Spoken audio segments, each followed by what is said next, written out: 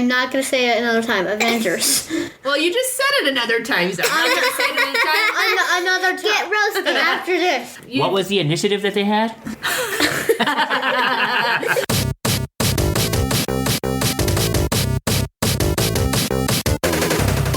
This is Unposit, a podcast by a family of geeks.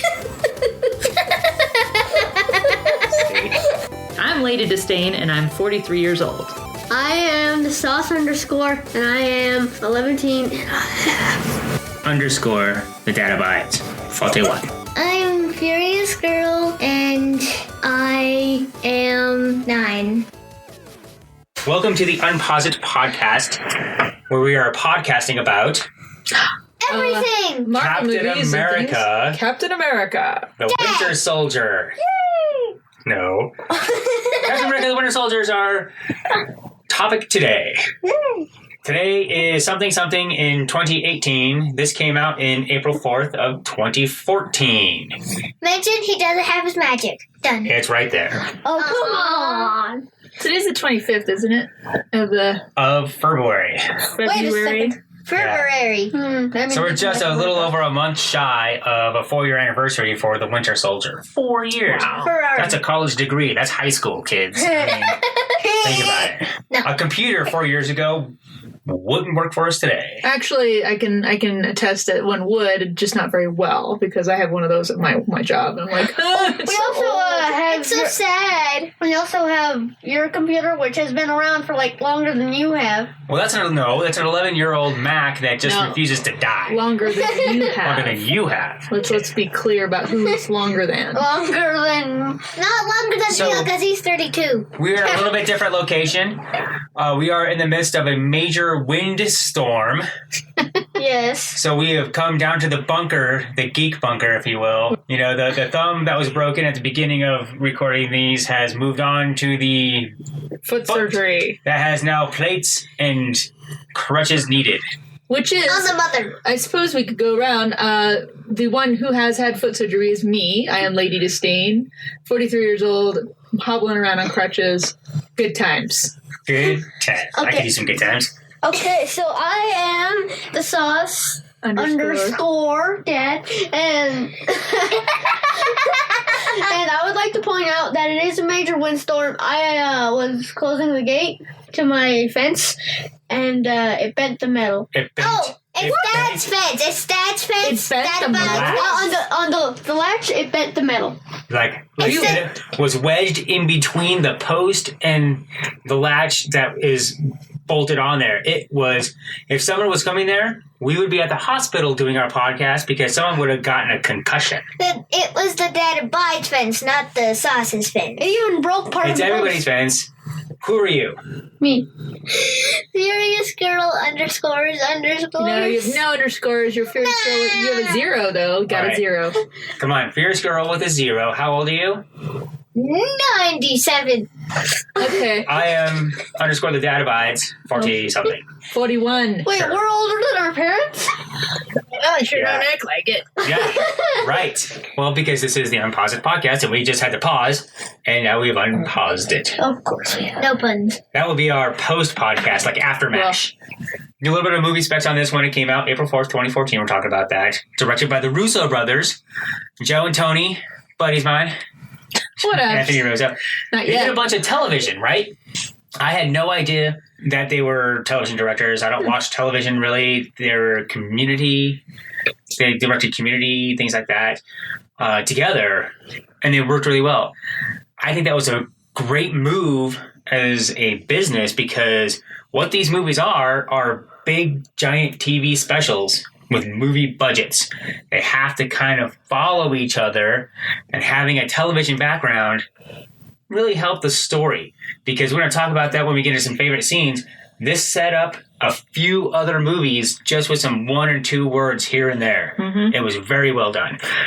Starring Chris Evans as Captain America. Scarlett Johansson as Black Widow. Widow. I don't know what you're talking about, so don't ask questions. Sebastian Stan is Bucky. Kids are going kind of crazy on this one. Anthony Mackie is introduced us as Falcon. Bucky Barnes returns into this one. Sebastian Stan. It was I remember the marketing campaign. People were like, "Oh, we don't want to reveal who the Winter Soldier is." I'm like, it's Sebastian Stan's in the credits. He's in the first one. It's not really a surprise to the audience, but we're going on the journey of the surprise to Cap on this one. There's a bunch of other characters that were introduced. There was no crossbones. You had a question. Who was? Alexander We're getting Pierce. to that. Well, you're covering the stars right now. Who? Alexander Pierce. Yes, by the great Robert Redford, Nice. who looks very short. You know, Is maybe he short? osteoporosis has happened. I'm not sure. He is 195 years old. I never thought he was that tall anyway. Yeah, he probably wasn't ever really that tall. Like, Tom Cruise is, 4'1", something like that. Could be in that similar Shorter vein. than Georgia. But he knocked this out of the park.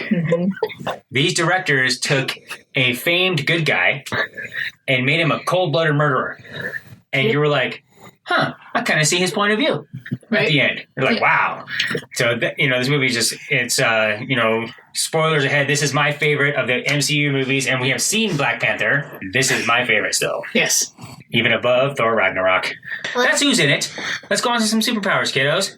Happy Sauce. face. I didn't write any superpowers because he's freaking Captain America. He doesn't need a superpower to Happy face. You know who you're not? You're not Dr. Evil, so watch your frickins. Friggin'! What are you saying happy face for? What's the happy because he's just Captain America, right? What's the suit? Let's talk about the superpowers. I think he was better trained. Right. Don't you think he kind of fought better than in the first movie, in the first Captain America movie? Okay, I would like to point out something. In the Winter Soldier has a metal arm. Right. But you'll also notice that every other part of his body is as strong as Steve. That's because in the first movie, Bucky was dosed with Red Skull's blood. Right. He was experimented on by Dr. Zola. A lot of those captives were, and that's where Steve Rogers found him, was strapped to that gurney. Mm-hmm. And there was a bunch of needles and stuff on that was supposed to intimate that Bucky Barnes was coming back as Winter Soldier. So we can see where this is why we're getting ties and everything. I made a point watching this again last night. You don't need to watch any of the other Marvel movies, really. Watch this movie, and it's engaging. It goes over the history of everything really well without sounding repetitive. You could jump into the MCU movie on this movie on a high note without even having seen the Avengers and kind of like know what you're doing and enjoy the movie, in my opinion. But moving on from superpowers, because Fierce Girl has a happy face for her superpowers, and I'm looking at her notes. She actually does have a happy face for her superpowers. Well done. I just have a blank page. So he's a super soldier. When we get to favorite scenes, we're going to talk about Super Soldier versus Super Soldier. We're going on to weaknesses, some of the weaknesses of this particular hero. I don't know. He's Captain America. He freezes like Black Panther. Once he sees his buddy that has been dead for nearly 100 years, Well, no. Okay. 70 years. Well, If you round up by decade, maybe then yes. no, but they kind of Right. hit the nail on the head. That's what makes him freeze. He does freeze like Black Panther, just not for the same reason. I Or know. not for the same person, but Right. He does freeze. So I put down something that one of his weaknesses and vulnerabilities is without war, he doesn't know who he is. That's a great setup into his dialogue with Agent Hill in Avengers Age of Ultron. mm-hmm. And talk about war and everything. It's like, yeah, do you really need this war? But that was a deleted scene in Age of Ultron. Right. What the kids were getting at, though, was that the moment he recognizes Bucky. He sees that the Winter Soldier, the man he's been fighting and the man he's been chasing, is his old friend. I mean, he does. He freezes. Because think about that. Basically, all of the Hydra guys, the Special Forces team, come in. They're able to subdue him when he just knocked all those same guys out in an elevator. But he's lost all his momentum because he sees Bucky, and he's just kind of sitting there just dazed while they're handcuffing him. So yeah, he loses it right there because he's just like, wow, I can't believe I just saw my friend, and what is going on? You know? Yeah. If you think about it, that elevator scene, which again we'll talk about more in detail, sets up this one. But as far as his weakness, needs war. I also put he's mortal. He could have easily died. Got shot several times. the Winter Soldier, Bucky, at the very end could have just killed him. So he is mortal. He is not a Hulk, or he's not completely immortal. We don't know if the Vision is immortal. We don't know if any of these other ones really are immortal or not. But that's what I put down on that one. I'm going to have you talk to me about some of the villains, and we're going to talk about the Winter Soldier. Pause it. No puns. No, no puns intended. So the Winter Soldier is the title character of this movie, Captain America: The Winter Soldier. Does anybody know where that term comes from? Sauce. I don't know where it comes from, but I know how Bucky got the name. Okay, tell me. So they found him in a bunch of ice, gave him a metal arm, and he kills people. You could kind of maybe go there. You know, I don't know. And he's a soldier. a super soldier just like Cap. And they found him in winter. Could it be that, I mean, I kind of, you could make that an instant correlation, be like, oh, he fell in the snow, and then they, but it seems also like they use it for specific times in history. They bring him out of ice.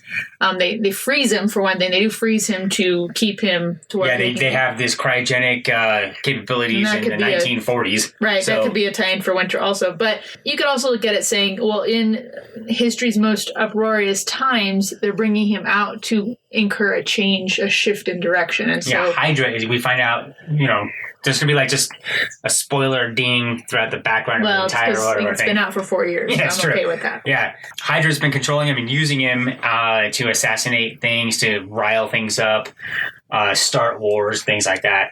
But the term comes from like a Thomas Paine quote talking about the summertime soldiers, the ones that deserted in Valley Forge, who were under the General George Washington at the time during the Revolutionary War for the United States, where they deserted. So they were only summertime soldiers. These are the winter soldiers. They fight through the hardship of winter. They're there to do what they need to do until the job is done. Mm-hmm. And that's what the Winter Soldier is. He's there to do the job. He has been brainwashed and controlled into a killing machine, which makes him, in my opinion, on my personal list, the top, first, ultimate MCU villain. Same. Yeah, me and you are on the same page on that one. Well, what about Loki? Loki is on there too, Number 2. That's yours, right? I do have a question, since we're on the topic of Loki for some reason. I wonder if Loki, once he had a scepter, well, just the Mind Stone itself, which is the scepter, could control Bucky. And if he would need it to. So if the Mind Stone was controlling Bucky, would the brainwashing actually get rid of the Mind Stone stuff? I don't know. Good question, though. I think so, yes. I think that the mind control stuff would override that Mind Stone stuff, but then you would be just completely a scrambled egg of a brain. I know. Well, and I think, because we've talked about this, there's our cat's contribution to the podcast. I think Bucky is right up there. He's in my top 5 for the best villains, but he's definitely the most pitiable, character of almost in the entire universe, because you talk about somebody who, you talked about scrambled eggs. Yeah, they're basically just scrambling his brain every single time. He has no personality of his own anymore. They wipe him, they bring him out to do a mission, they put him back on ice. He has no life. He's basically just at their beck and call. And just the one scene where he says, you need to wipe him again, and you're basically using electrocution on his brain to do that. You're just like, oh my goodness. So it's pretty brutal, empathetic. But if you think about it, another major villain in cinematic history, he's the Terminator. He's coming at you with no feelings, no remorse. Yeah, a machine. He's a machine. Basically, he's got machine armor and things like that. So that's why I put him up there, because it takes the hero who has a little bit more power than he does, maybe, and just like, done. Like we just talked about. Furious Girl, what are your thoughts on the villains in this movie? Because we have the Winter Soldier, of course. What do you think? Who else do we have? Bucky, Pierce, the worst villain of all time. What? No. You do not like Alexander Pierce as a 9-year-old Furious Girl. It did not speak to you whatsoever, did it? He sucks. Yeah. and that's what we're trying to find out. So what about the Hydra? What about the Senator? and Sitwell. Crossbones. And Crossbones. What about all those other characters? Do you have any? I have no idea. Okay, so Rumlow, Crossbones, is Rumlow this time. He's on the Strike Force. Probably one of the higher security members of Strike Force-ness. Well, he's Captain's lieutenant. He's the second in command of Cap's team. And from the beginning, you kind of get the notion, well, he really admires Cap. Not so much at the end. Well, yeah. We also see that he's pretty good, but follows orders. We're going to go over here to Lady Disdain and get her full thoughts on Alexander Pierce, Hydra, and the Winter Soldier, Bucky. Well, I already shared what I think about Bucky, so he's a very good villain. However, he's a questionable villain. You're just like, he's obviously being controlled. He's definitely a force, a villainous force, but Alexander Pierce is the handler, and he is smarmy. I mean, he's ruthless. He kills his own lady who works in his house.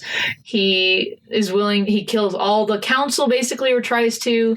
So yeah, he's ruthless. He's totally bought into Hydra. He's basically like Red Skull, except in present day and in a 3-piece suit. So I think he embodies all of the bureaucracy, the ruthlessness, and also this I always find, and it never fails every time I watch this movie, there is so much current day application to it where it's like, oh, this algorithm that can predict based on your digital actions what you will do in the future, therefore it'll decide if you should live or die. And I'm like, why does Facebook know that I need some crutches? I know. I'm like, and the word algorithm, for those of us who, like myself, who work in social media, we're like, That's the guy that lives down the street, algorithm.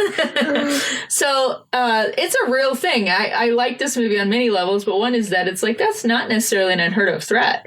And they're right in the middle of it. So the fact that you've got Alexander Pierce who can wield such a threat and is about to put it in action, I mean, it's a really good storyline. So he's a really worthy villain, I think. And a professional, talented actor to not phone it in. Mm-hmm. Okay, so some 200 days ago, you mentioned something about the council. Yeah.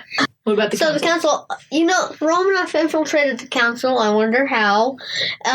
It was not set up in the movies. I wonder how. What do you mean it was set up? It was not set up because he said it was set up. Okay, so talk to me about she infiltrated the council. And you wonder how that happened? Yeah, I'm wondering, because they're probably, really high security. Yes. When you were entering the building, it's like, sorry about the traffic. Not even S.H.I.E.L.D. can control the traffic. They just threw it in there, one line. Oh, there must have been a little stop, and they did a little super spy action. They just didn't show it. Although I kind of wished that actual councilwoman and that it hadn't been Natasha Romanoff. That would have been so cool. The councilwoman contacted her and brings her in, and then Natasha comes in with Fury at the end on the helicopter, and the councilwoman is holding there. Yeah, I kind of would have liked that. I think that would have been an improvement. She's an old lady. But it's also taking a really good thing and making it maybe just as good, but in a different way, because it really worked well the way it is, because that actress who plays that councilwoman did do that stunt. She did all the stunts in that scene. That's cool. So it did have old ladies. That's right. Right. That's right, Georgia. In a way that did happen, but so the council was infiltrated, and they kind of mentioned it in passing. So to kind of set you up for, maybe. So when it does happen, you're like, just like you were thinking there, Sauce. Yeah, cool. So we're going to go on to some favorite scenes, because we've been talking about these scenes over and over again. We're going to start off with the Furious Girl and ask her favorite scenes and go through them. And if we agree, we're going to kind of expand on them at a time. Go ahead. I have no scenes. I have lines. Okay. And I think this is part of Willis's lines. On your left. Yeah. And then, Yep. The very first line. And Falcon, responds on one of them. Yeah, on my left. Got it. Yeah. Okay, so is that all? Well, she'll chime in again. Go ahead. That's done. Go ahead, So Sauce. I have a lot. One is on your left. 2 is when Nick Fury is in his tank SUV. Yeah, Nick Fury Trace. His tank isn't active. Most of it is air conditioning is active. Great I think line. that's actually fully active. Great line. And Alexander Pierce is talking to Neighbor. Yeah, Agent 13. And Cap walks by Agent 13 and just like, and Agent 13 is like, Cap, Neighbor. And Right. I also have the elevator scene. Mom will do that. We'll talk about that later because it's definitely I on think her we're favorite all scenes. going to talk about the elevator scene right now. Let's talk about this elevator scene. Because we're in a little area that's kind of like an elevator. No, Sauce, you don't get to go first. No, she gets to go first. That's right. She's the one that wants to go And first. I'm not going. All right. You can give us something. Yeah, let's be clear. The elevator scene is spoken of in hushed and reverent tones throughout the entire Marvel Cinematic Universe. I don't ever encounter anyone who's seen Winter Soldier who doesn't say, that elevator scene, because you want to see it over and over again. It's epic. It's awesome. To me, it's like the whole movie Speed happened in that one little segment because it's like, you know, when With you... twice the amount of plot. Right, you have this entire action sequence that is just perfect, and it's happening in the confines of a 12 by 12 area, which is what the elevator Smaller. The probably 12 by is. 12 is huge. Right. That's just 6 by 6. So, I mean, every moment of that is great because you see Cap get in. He's obviously incredibly troubled. Nick Fury's dead in his mind. He knows he's being questioned. He's like, God, everybody's kind of looking at me suspected. I don't know what to say. I don't know what to do next. And then one by one, or like group by group, you start stopping all these floors, and just watching Cap go through the mental process of saying, huh. Well, he saw the clues. He saw the sweat. He saw the one guy with his gripping hand, his sidearm. Yeah, a hand on his taser. So, taser stick. or He's whatever that was. recognizing that the entire strike team is slowly getting onto the elevator at different points. He's like, and he's been kind of moved into the center of the elevator. And you just see that moment where he just kind of the aha moment, like, oh, this is what we're gonna do. Right. And then you can see it in his eyes, and then he says what we wanted. It was so satisfying. Before we start, does anybody want to get off? And then he proceeds to whoop all of them. He whoops their booties. Like, whoops them. He does. It's And then amazing. jumps out of the 30th floor. Wait, but before that, remember, this isn't personal. And then he knocks Rumlow out last, and he goes, it feels kind of personal. It kind of feels Right. personal. It's That feels like, personal. oh, so good.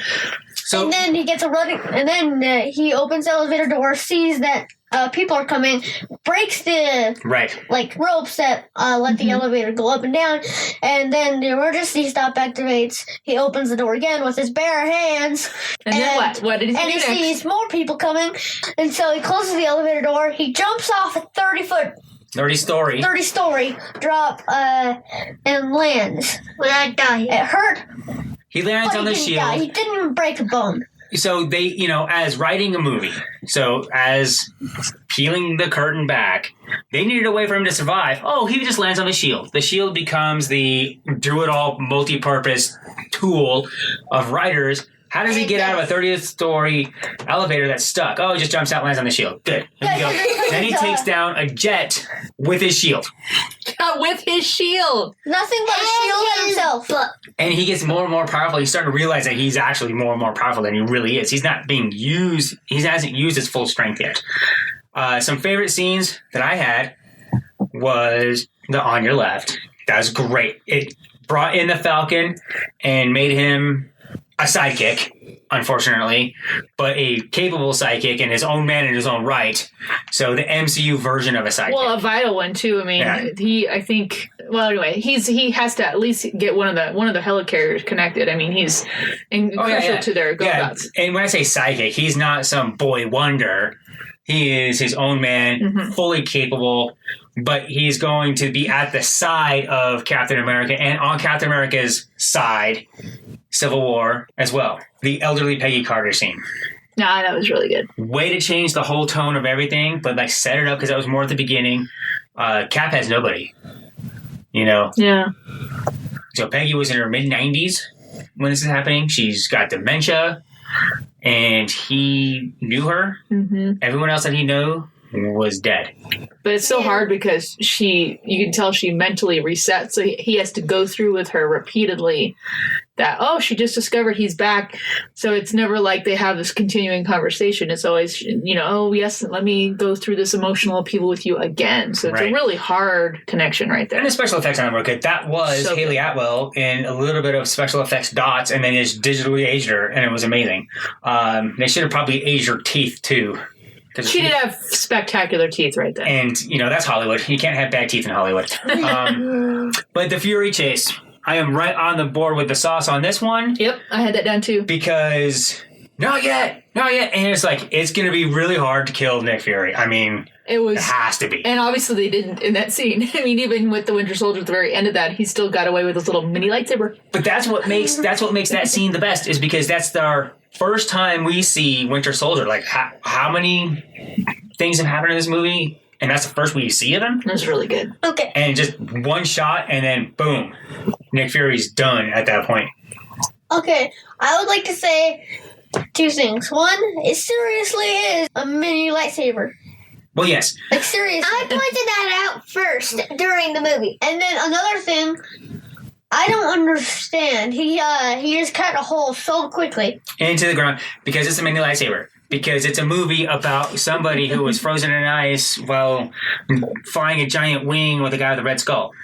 We don't have to get too particular about any of the science. Suspension of reality. There I wrote that is there. no science. Yeah, there is science. Captain America's shield can fly. I really like where Falcon, Captain America needs my help. Don't need another reason than that to get back into going into war.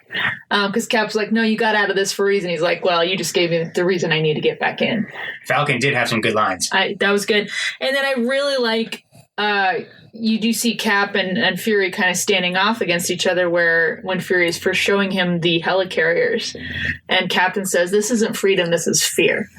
Right. And he had some really poignant lines there. Again, getting back to the whole, you can't pre-control people, predetermine what they're going to do. That isn't freedom. That's you who decides that. And I like what he said about that too. And again, acknowledging, he's like, yeah, we crossed some lines in our day too, but you can't rule like this. You can't govern like this. And so I really liked that. That scene was poignant to me. It was really good. Sorry, I didn't mean to skip over any of that. That's okay. I thought you were done. I am now. What's favorite scenes? So we're going to move on to Furious Girl and her thoughts on the Stan Lee cameo. 10. That's 10. What are your thoughts on it? Not just a number. I have no idea. Why'd you Remember, like he was it? the security that guard? thing. I have no idea the thoughts. You just really liked it. Okay. How about you, Sauce? The How'd you Stan Lee like cameo. Stan Lee It was one of your cameo, favorite dude? scenes. You were Yeah, I really like it. So, what happened to this? Have we already said this? Well, okay, so Cap got his original Captain America the First Avenger outfit. Yeah, but that was from the museum, and From the now museum. it's just a naked dummy with the Captain America shield on a stupid rock. Right. And now Stan Lee is like, he looks at it. I am so fired. Well, you didn't need to reenact it, but I I appreciate your reenacted effort. it. Yeah, I am so fired. I really like that. I am so fired. That's one of the most lines he's had. I think he had a few more lines. It was about the same length as the Black Panther one, which was also really good. Way better than any of the Jon Favreau cameos. Iron Man 1 and 2. So far, pretty excellent cameo. How about your thoughts on that? I also gave it a 10 out of 10. It was perfect. It was funny. He was just a normal dude. And just I am so fired. Because it was just like, yeah, you are fired because the thing's gone. It was really funny. I liked it a 9 lot. out of 10. One of the things that they've really thrown into popular culture and movie cinema going is the end credit scenes. Yes, which all theaters should know to leave the lights down until the end credit scene is done. If it has a Marvel flip on it, leave the lights off. Yes. It's not the very first one, obviously. One of the very, very first ones was Ferris Bueller's Day Off, right? That's right. What are you here? What are you still doing here? Go home. That was a Again, great breaking the scene. fourth wall, something I love. Right. We're going to talk about the mid and end credit scenes because this one has a mid and end. Not every single one of them has a mid and end. Guardians of the Galaxy 2 has a beginning, intermission, lots. mid, middle end, and then an end scene. So We didn't have that many on this one. no. So Furious Girl, give me an impression of both the mid and end credit scenes and a little rundown of what you saw in them. So the mid-credit scene was Bucky staring at things. That was the Yep. end credit scene. That was the very end credit scene. What's the mid one? The mid one is boringness. Was Strucker. And boringness. Okay, you were bored by both of them. What about the music on the end credit scene? Scariness. Of You didn't like the tone of that, did you? Dude, Scary and creepy. and that's where I disagree with you because I think the Winter Soldier theme is perfect. It's totally creepy. It's glaringly kind of psycho. But I think this is also why she likes the Winter Soldier as a villain, because his theme is so freaky and scary. It really is freaking speaks to her. scary. Yeah. And this is just one of those things where we're just trying to figure it out. And she gave the mid-credit scenes 0s out of 10s. Mid credits, so the one where you meet the twins. Yeah. And end credit too. Okay, I give the mid-credit scene 1 out of 10. I would have to agree with the sauce on this one. I also give the end credit scene 3 out of 10. I don't agree with the sauce on that one. Because, I mean, it's Bucky. You can't like Bucky. So, Mid credit scene, I'm going to give it probably a 3 out of 10. I don't think they did. I didn't get excited at all about, well, who are these guys? You know, what am I getting? You know, I didn't get excited at all about that. About them showing the twins. They didn't lay a whole lot of groundwork out, but you'd at least get to see the scepter, and you're like, what's going on?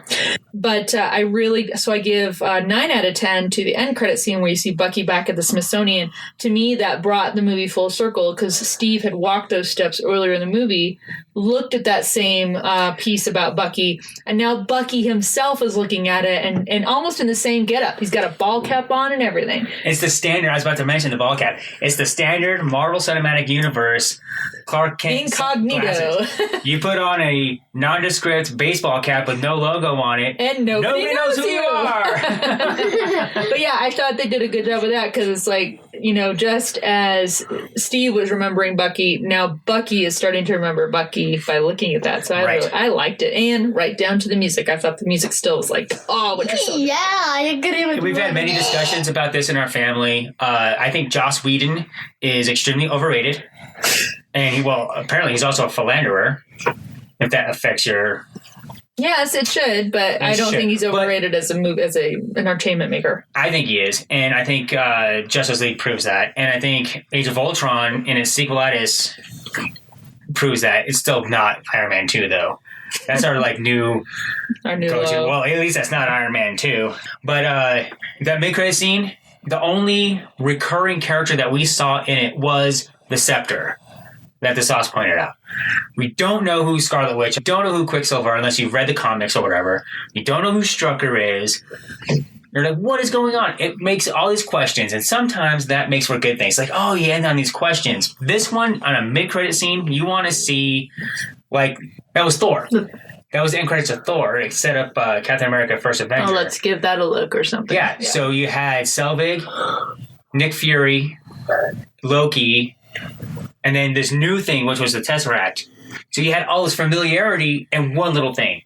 It's the exact opposite of this one. You had all this questions with one thing. It's like, oh, that was that thing in the last movie. Yeah, and it doesn't make sense for you until you start watching Age of Ultron, and you're like, oh, Yeah. okay. So I did not like it, and I think it was just poor decisions. Not like it was poorly written or lit or anything. It's just, it was a bad decision. But the end credit scene, the Lady Disdain has eloquently listed all that. We're going to go on to our overall ratings. All on right. This one. What is the thing? What it is, huh? Yes. What is it? Willis, what are you trying to say? Are you waiting to give your rating or what? I'm waiting to give a rating What? so I can go home. Yes, but he needs to You give are us. home. He's giving us the unit of measure. Okay, he? Dad is, yeah, not you. Yeah. Hurry I'm up, Mike. struggling to figure out what the overall rating would Jeff, be. Mike, Dave.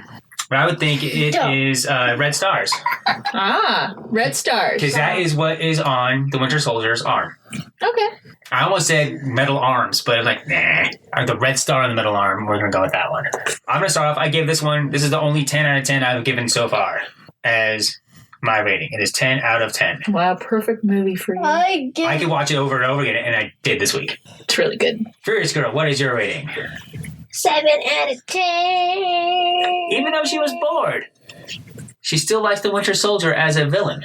Yeah. Why'd you think it's my number one villain, buddy? Which I thought you would like the movie better, but that's fine. This shows you how hard it is to please this little girl. It is hard to please her. The South. My rating is 9.5. Bam! Red Nice stars. one. Red Wait, stars. are we like throwing stars so I can throw it there? Hold on. Stop Anyway, moving. now we're up to Lady Disdain. She's going to have to bring us up or lower us down on our averages. I'm going to give it a 9.5 out of 10. Red stars upon thars. What knocked it down that 0.5 from a perfect score, if anything? I don't know. I mean, I really like it as an overall movie. I think it's almost perfect. I don't know if I have a tangible anything that makes me take the 0.5 off, but maybe I would have really liked to have seen that councilwoman actually be the councilwoman kicking booty instead of Natasha. That's a fair 0.5. It was good. It's good all around. I don't know that it's it's not my favorite one. My favorite Marvel movie. I know it's yours. So yeah, 9.5 out of 10. It's still an incredibly good movie. It's worthy of a very high score. Half-hour screen time. Minecraft. I don't know. He's going to go play Minecraft right now, so it's going to be Minecraft. So Captain America Winter Soldier, I'm going to talk about some box office numbers here. Bring it. We get rid of the kids because this is kind of boring for them, but we talk about it as far as popularity, likelihood of other ones, and what it kind of was doing. So only 4 years ago, so adjusted for inflation, it made $95 million in the opening weekend. Nice. So it's the most ever adjusted for inflation. It's not quite. Whatever. Adjusted for inflation. Which you can look at. There's ways to look at that one. It's still Gone with the Wind. Most money ever adjusted for inflation because the amount of ticket sales were 25 cents each. Mm-hmm. So in perspective, Black Panther has just recently come out and that made $200 million In opening weekend. So it doubled it. Yeah. But $95 million, not nothing. No, it's very good. Right. Obviously, it was anticipated. True there. It made $715 million worldwide. Is that just first weekend or overall? That was theatrical? overall. No, overall. Overall, in the United States, usually about a 90-day run is what they kind of do for, movies. So it's in for 3 months, and then it comes to video. Yeah. Usually, how it works. $260 million, and then $450 million foreign. So it did well overseas. Yeah. And he's like, it's Captain America. How would it do? Why would it do well overseas? I'm like, well, it has universal themes of the small guy against governments. Mm-hmm. Almost everybody who pays movies wants to see this. And it wasn't America-centric. It was bringing down America from the inside. And, foreign countries probably would like to see that, actually. Sure, so yeah. Maybe a little bit of a hopeful movie for some of the countries. Also, it had some very nice-looking characters in it. Well, yeah. There was every time Black Widow's in a movie, there is a gratuitous from behind shot. There's also Chris Evans and Sebastian Stan. And, they're very nice looking. And also, what's a guy's name? Mackie? Anthony Mackie. Anthony Mackie is also very nice looking. I'm just saying. But he's not shirtless. Doesn't matter. Does not matter. I'm just saying it doesn't matter. But yeah, I mean, that's right now we're at $715 million box office for Captain America. It made money. It made a lot of money. Obviously, it did not make Civil War money. Captain America Civil War went on to make $1.2 billion. So almost double even what this one would make. Bigger movie, a lot more characters. It was basically the Avengers sequel that we wanted Age of Ultron to be, but Captain America centric. It just didn't have Thor and Hulk in it. Yeah.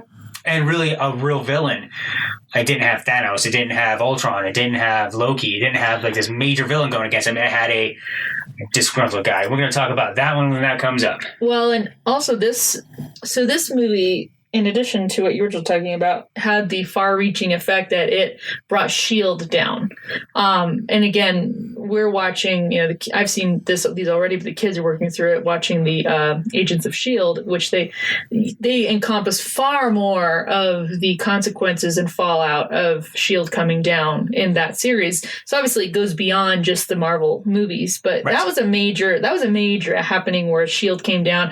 And the fact that Black Widow unleashes all the data data, which catalyzes at least one story plot going forward about why now all this information's out there. What does that lead to? It definitely has consequences. It wasn't just like, hey, we'll let the internet see all the things we've done, and no big deal. Right. Yeah. So I think it's appropriate that this was possibly even over Age of Ultron, that because it signified such a major shift. Yeah. Well, no, I was talking about Civil War being better than Age of Ultron. Right. I'm talking about. But this one definitely is higher on my list. It changed everything. It changed the world. It changed the MCU world, if you will. Mm-hmm. I don't watch television, like we were talking about earlier, but they did tie it in. So that week's episode, the week after it premiered, Yeah. Hydra had S.H.I.E.L.D. had fallen. Yeah, it's a big deal on Agents of S.H.I.E.L.D. The next movie we're going to talk about coming up, that we're going to watch, is Guardians of the Galaxy. Yay! That one actually might be my top. I mean, I like Incredible Hulk, but I have so much love for Guardians of the Galaxy. It's the soundtrack. I guarantee that's why you like it. But I think And one of the kids 6'4" might Chris drive Pratt naked. Well, because if you're gonna go through the MCU body shaping transformation, it. Mm-hmm. it happened to Hugh Jackman. Yep. It happened to Chris Pratt. Yep. Chris Evans. Yep. Chris Hemsworth. Mm-hmm. Robert Downey Jr. Even though he just takes his shirt off. Well, you can tell. He does in the first one, but he has a big giant hole in his. No, you can tell his body evolves from Right. the first Iron Man to the next ones. So I think Mark Ruffalo has the best one. He's like, oh, my muscles are CG. I'm gonna go get them. Right? He's like, whatever. No, it's totally true. Right, so we're right smack in the middle of Phase 2 of the Marvel Cinematic Universe. Iron Man 3 starting off Phase 2, Thor Dark World, which we both, after we watched it again, having listened to people malign it, not really think about it, really enjoyed it more. Mm-hmm. It doesn't age. It's not a horrible movie. It's actually pretty good. Yeah. Guardians of the Galaxy is next. Avengers Age of Ultron is after that. And then Ant-Man, which might be one of your least favorite movies, you say? Yeah, I don't know. I mean, to me, it's not like up there like, woo, I need to watch it all the time. I appreciate it. I love Paul Rudd, too. So, True.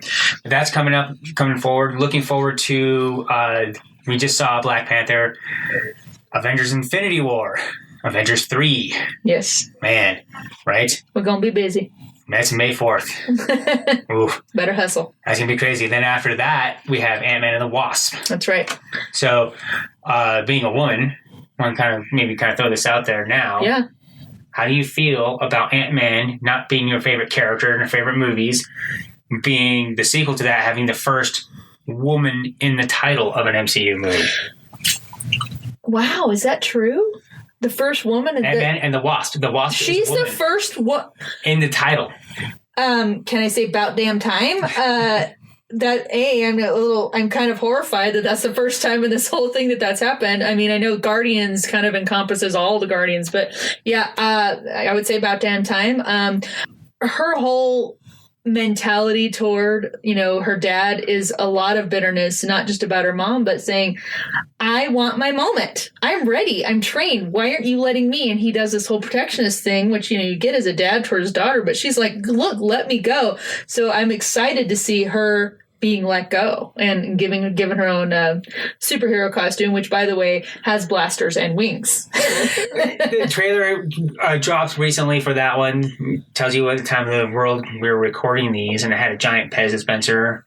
Yeah, Georgia Hello loved Kitty. that. Hello Kitty. We have Hello Kitty everywhere in our house because of her room is painted in Hello Kitty colors.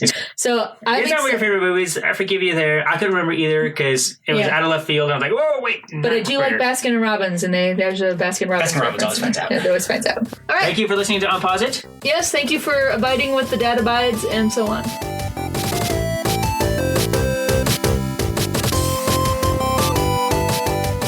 Follow Unpause It on Facebook, Twitter, and YouTube, or visit us online at unpausit.com.